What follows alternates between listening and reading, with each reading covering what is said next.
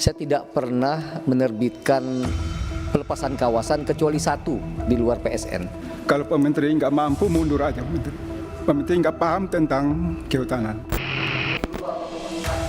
Rapat kerja Komisi 4 DPR bersama Menteri Kehutanan Raja Juli Antoni Kamis kemarin berlangsung tegang. Ini bermula ketika Menhut Raja Juli mengungkapkan angka deforestasi hutan berkurang pada tahun ini dibandingkan dengan tahun sebelumnya, termasuk di 3 wilayah yang terdampak parah bencana banjir bandang dan tanah longsor. Ia pun mengklaim tidak pernah mengeluarkan izin pelepasan kawasan hutan di wilayah terdampak bencana.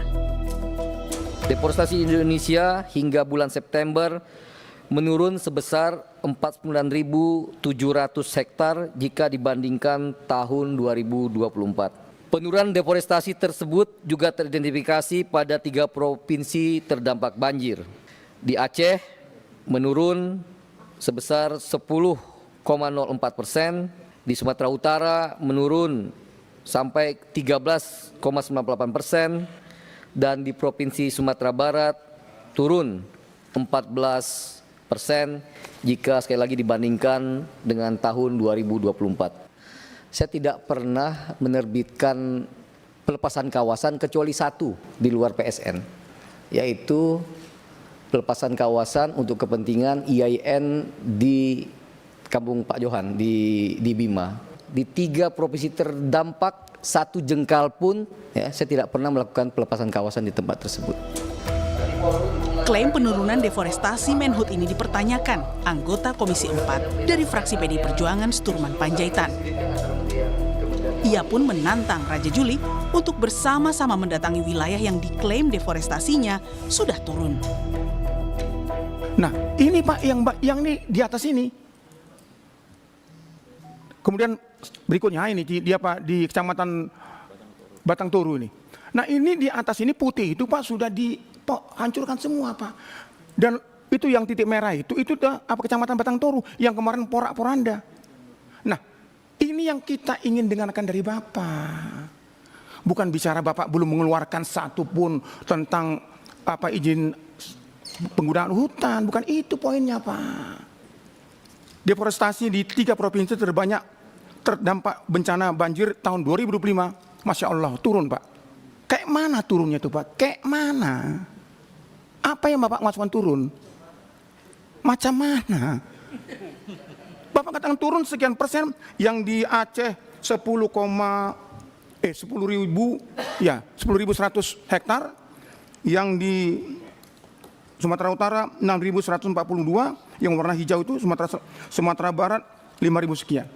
Tapi Bapak ceritakan dulu di mana tempat itu Pak, barang itu di mana? Tadi Pak Johan mengatakan jangan main angka-angka Pak. Menyedihkan ini main angka-angka. Bila perlu kita datang ke sana, yang Bapak katakan sudah menurun itu. Kita datang ke sana. Masih ada kunker kita, tahun depan ini masih ada kunker panjang lagi nih. Kita ke sana Pak melihat. Jangan cuma cerita-cerita yang kita juga nggak tahu. Tak hanya kritik, desakan mundur bahkan dilontarkan anggota Komisi 4 fraksi PKB, Usman Husin. Ia menilai paparan Menhut melebar dan tidak fokus pada solusi jangka panjang atas tragedi bencana di Sumatera. Pak Menteri lihat nggak bencana Sumatera? Seharusnya izin semua di stop. Pak Menteri harus jelaskan berapa tahun harus penanaman ulang dan seperti apa sebenarnya Ibu Ketua, pohon yang diameter 2 meter, diameter 2 meter bisa tumbuh kembali. Sehingga inilah tanggung jawab Pak Menteri. Pak Menteri tidak boleh lempar ke yang terdahulu. Sehingga saya saran Pak Menteri, kalau Pak Menteri nggak mampu mundur aja Pak Menteri. Pak Menteri nggak paham tentang kehutanan. Kenapa saya katakan gitu? Saya contoh di Tapanuli Selatan. Bulan Oktober Pak Menteri keluarkan izin. Bupati sudah katakan, syukur izin ditutup. Ternyata Oktober, 30 November izinnya keluar. Sehingga apa yang disampaikan oleh Pak Menteri tidak sejalan semua Pak. Jadi seolah-olahnya kita ini ya bisa diakal-akalin semua. Senada, Ketua PBHI Julius Ibrani bahkan secara gamblang meminta DPR menggunakan haknya untuk menyampaikan kepada Presiden terkait kinerja pembantunya yang tidak kompeten untuk diberhentikan. Sebagai DPR RI, Komisi 4 bisa merekomendasikan kepada Pak Prabowo, ini menteri-menteri yang terkait dengan bencana ini pada inkompeten semua. Harus dievaluasi, bahkan diusulkan reshuffle. Kalau tidak, masyarakat yang jadi korban lagi, Bang. Ini penting disampaikan secara tegas oleh Komisi 4. Gitu. Menanggapi hujan kritik terhadap dirinya, politisi PSI ini menilai kemarahan anggota DPR atas kinerjanya menjadi sebuah motivasi. Bagi saya ini adalah justru harapan, ya. Kritik itu adalah harapan, kritik itu adalah motivasi. Tentu kita berharap kritikan atau bahkan kemarahan itu pada ujungnya nanti akan menjadi partisipasi yang lebih produktif, ya. Berbagai temuan aksi perusakan hutan yang dipaparkan Menteri Kehutanan serta investigasi Satgas PKH kini dinanti publik. Beranikah negara menghukum berat perusak hutan di Sumatera? Tim Liputan Kompas TV. Lalu tepatkah di tengah bencana Sumatera dan sorotan soal kayu gelondongan, Menteri Kehutanan diminta harus mundur? Kita bahas bersama anggota Komisi 4 DPR fraksi PKS Rahmat Saleh dan ada juga Ketua DPP PSI Valdo Maldini dan analis politik Ray Rangkuti. Selamat petang semuanya. Petang. Assalamualaikum. Waalaikumsalam warahmatullahi wabarakatuh. Bang Rahmat, kemarin di rapat dengan Menteri Kehutanan, apa yang terjadi? Apa yang membuat dan disimpulkan oleh Komisi 4 sampai membuat desakan seorang Menteri Kehutanan harus mundur? Iya, Mbak Desi. Kemarin kan kita rapat mendengarkan agenda tunggal terkait dengan bagaimana penanganan terkait dengan bencana banjir yang melanda 3 provinsi, Sumatera Utara, Aceh, sama Sumatera Barat.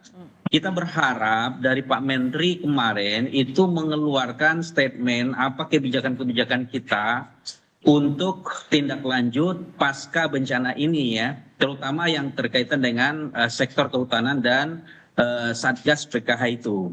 Nah, Mbak Desi dan seluruh pemirsa, kita sampaikan bahwa kita ingin fokus membahas langkah gitu ya. Itu belum 2 hari dan belum lagi kering itu akhir banjir. Itu kayu gelondongan yang besar-besar itu lewat di depan mata kepala orang yang sedang dilanda musibah. Kemudian para pembalak hutan yang notabene-nya itu diberikan hak deforestasi, perusahaan-perusahaan sawit gitu ya, itu kan sudah di depan mata. Satgas PKH itu sudah menyita itu ratusan ribu hektar, baik di Padang Lawas ada 47.000, kemudian di Agam ada sekitar 3.040 hektar. Itu kan mereka itu selama ini sudah mengambil manfaat di atas hutan yang di luar HGU mereka, sehingga ketika banjir seperti ini seolah-olah rakyat itu yang menderita, pemerintah dikasih beban, sementara orang yang menikmati selama ini yang menggunakan kawasan hutan sebagai ajang untuk mengeruk uang itu tidak ada perannya untuk pemulihan banjir ini gitu. Oke, artinya juga tidak melihat ada ketegasan dari Menhub, makanya diminta mundur ya?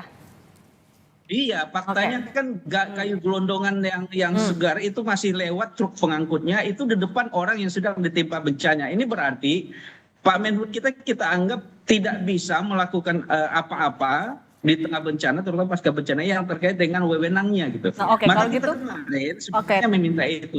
Oke, Tapi, dinilai tidak kompeten sama Komisi 4. Berikan data penurunan ini, penurunan itu. Oke, kita tanya ke Mas Faldo. Mas Faldo, dinilai tidak kompeten sama mitranya di DPR. PSI menanggapinya gimana? Tapi ditahan dulu, kita jawab, kita bahas lagi di Kompas Petang usai jeda. Petang kembali, masih bersama saya Sini Permadi, kita juga lanjutkan dialognya. Mas Faldo, tadi Komisi 4 bilang rekan Anda di PSI yang menduduki jabatan Menteri Kehutanan tidak kompeten, tidak paham soal kehutanan, tidak bisa menjawab soal dari mana gelondongan kayu itu ikut terbawa ketika banjir. Tanggapan PSI gimana?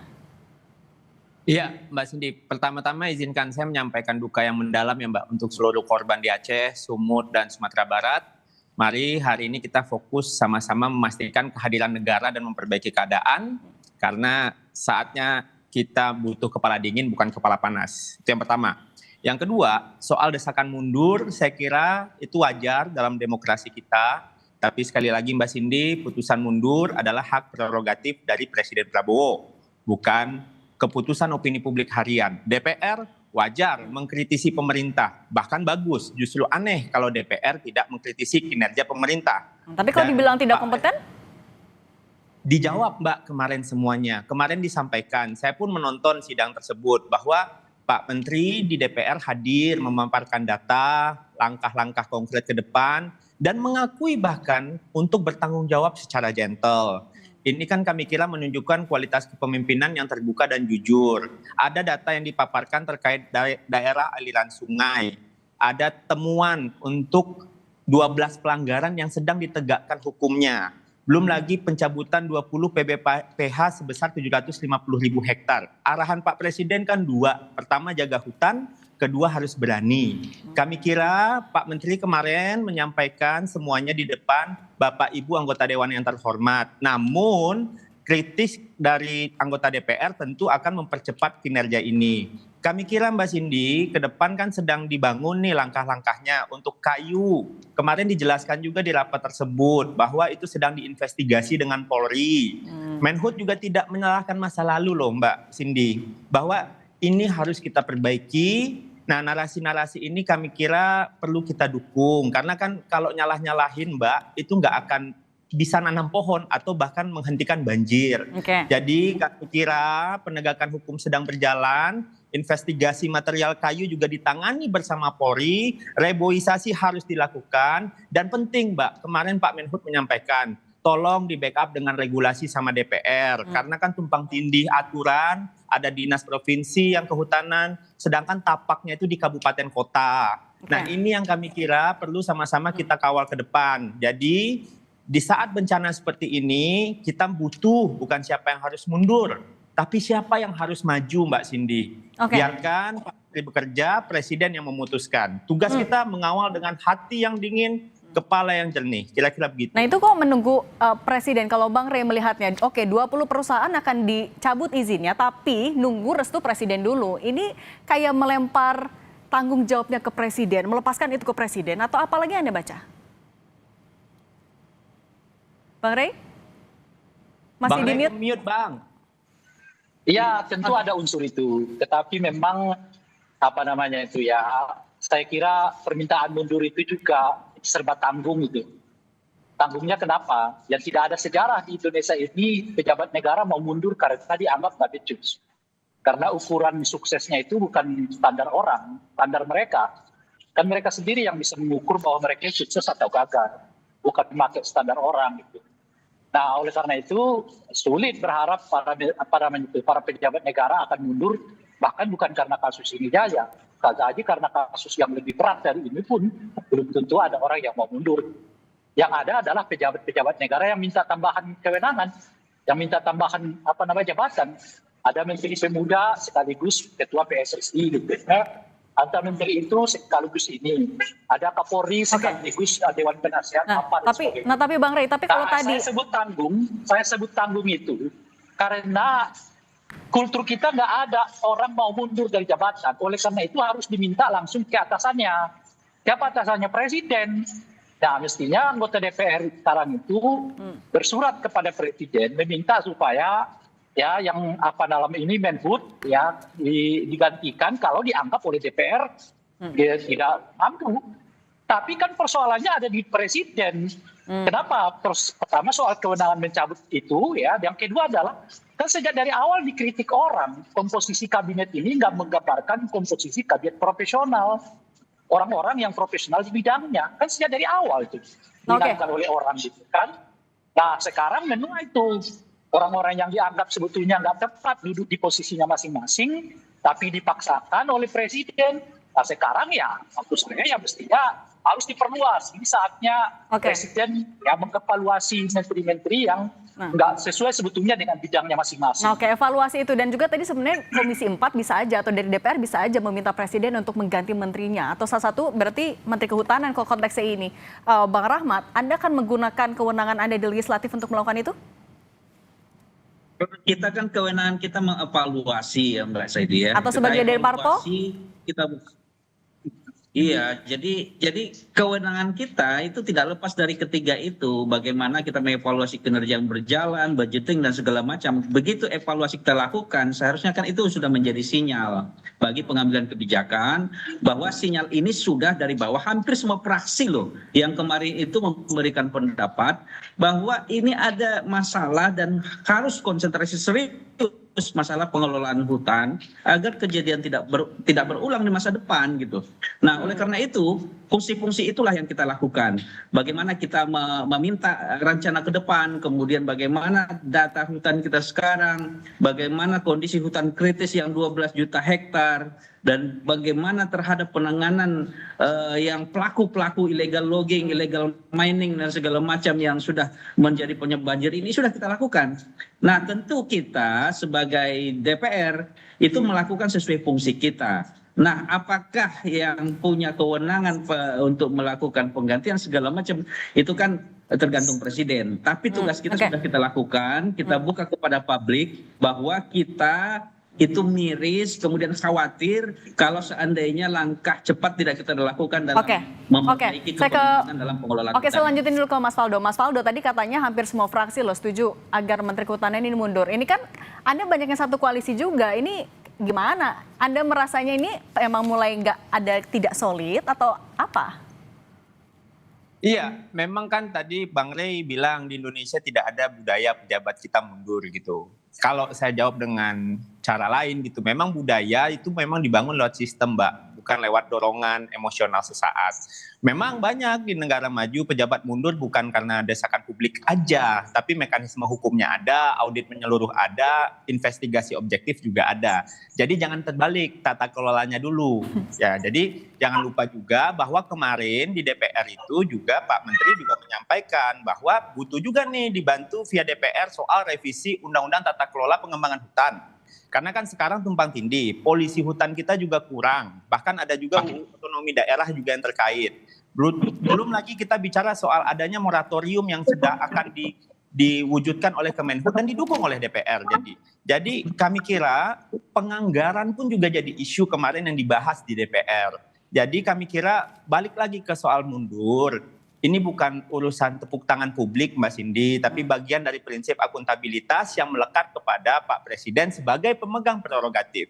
Jadi kalau setiap masalah diminta mundur, sementara investigasi belum kelar, negara kita akan diatur dengan emosional, bukan rule of law. Tapi yang kita bangun hari ini kan Indonesia yang lebih modern, Indonesia yang lebih masuk akal gitu, bukan republik perasaan. Kami paham betul bahwa kita di kondisi yang sedang sama-sama berduka. Namun sama-sama kita mencari jalan keluar, Mbak Cindy, ke depan tidak boleh lagi begini. Kalau boleh kita lihat bagaimana perusahaan-perusahaan yang memanfaatkan hutan kita di masa lalu itu harus ditindak tegas. DPR kemarin keras sekali untuk hal itu dan tentunya kita pasti dukung langkah itu. Oke, soal penindakan itu kita satu suara semua, tapi juga Bang Rey, ya soal tadi 20 perusahaan bisa dicabut izinnya, tapi harus nunggu presiden dulu. Ini tidak menambah birokrasi, memperpanjang birokrasi justru. Iya, semua sebetulnya kalau melalui kewenangan presiden itu dapat dengan cepat diselesaikan. Masalahnya adalah apakah presiden punya kemauan apa enggak. Kan sekarang banyak orang yang menuntut supaya misalnya korban banjir, status banjir ini ditingkatkan menjadi bencana nasional. Kenyataannya kan presiden tidak mau melakukannya gitu sampai sekarang tuh, sehingga ya banyak yang tertati-tati lah ya untuk menangani kasus ini serba tanggung. Nah, jadi semuanya kepada presiden, termasuk tadi pemunduran gitu. Apakah DPR sebetulnya punya hak? Ya punya hak dong lah. Memakzulkan presiden aja mereka punya hak, apalagi memakzulkan menteri kan. Ini soal mereka berani menaikkan isunya apa enggak gitu. Nah cuman memang kembali ke pertanyaan awal tadi tuh, ini kan satu koalisi ini, ada apa ini kan kira-kira gitu. Nah ini yang sering kali saya sebutkan. Ini yang sering kali saya sebutkan tuh, kita mulai memasuki tahun politik. Ini 2026. Setiap partai ini membutuhkan identitas yang kuat di tengah masyarakat, pembedaan yang kuat di tengah masyarakat. Jadi oleh karena itu mungkin mereka akan saling mulai nih. Saya beda sama PSI, saya beda sama PKB dan sebagainya gitu. Ini kan kalau kita lihat sekarang, PKS, PSI udah mulai kritik-kritikan sama ke PKB. PKB sama Golkar juga melakukan yang sama. Kemudian Menteri Pertahanan dengan Pak Jokowi juga terjadi. Menteri Purbaya dengan Pak Jokowi juga terjadi gitu. Artinya sekarang memang partai-partai ini sudah tahu betul bahwa tahun 2026 ini adalah tahun di mana politik dengan identitas yang kuat sudah harus mulai ditegakkan. Memang kelihatan masih pelan nih, tapi kita lihat aja 2026 mungkin akan makin terang benderang siapa dengan siapa menyerang apa, siapa yang ingin berbeda dengan siapa gitu. Nah dimulai dengan ya ini jeb-jeb kecil lah ya. Oke. Jeb tipis-tipis lah Oke itu deh. ya kan. Oke, tapi jangan sampai motif politik itu ya itu sebatas hanya motif politik aja untuk mengurangi. Kita harus menyambutnya. Ini kan kali pertama kita Iya, oke. mendapatkan di mana DPR itu keras menegur menteri gitu. Iya, tapi soal Tapi penanganan ini bencana juga juga sampai penting jangan ya. hilang ya, Bang Rey. Oke, terima kasih Iya, Bang Rey jadi Rangkuti, sebetulnya kita pengamat juga- politik. Oke, Bang Rey, terima kasih Bang Rahmat Saleh, anggota Komisi 4 DPR RI fraksi PKS, dan Mas Faldo Maldini, politisi PSI. Terima kasih. Terima kasih. Sama-sama. Assalamualaikum. Waalaikumsalam.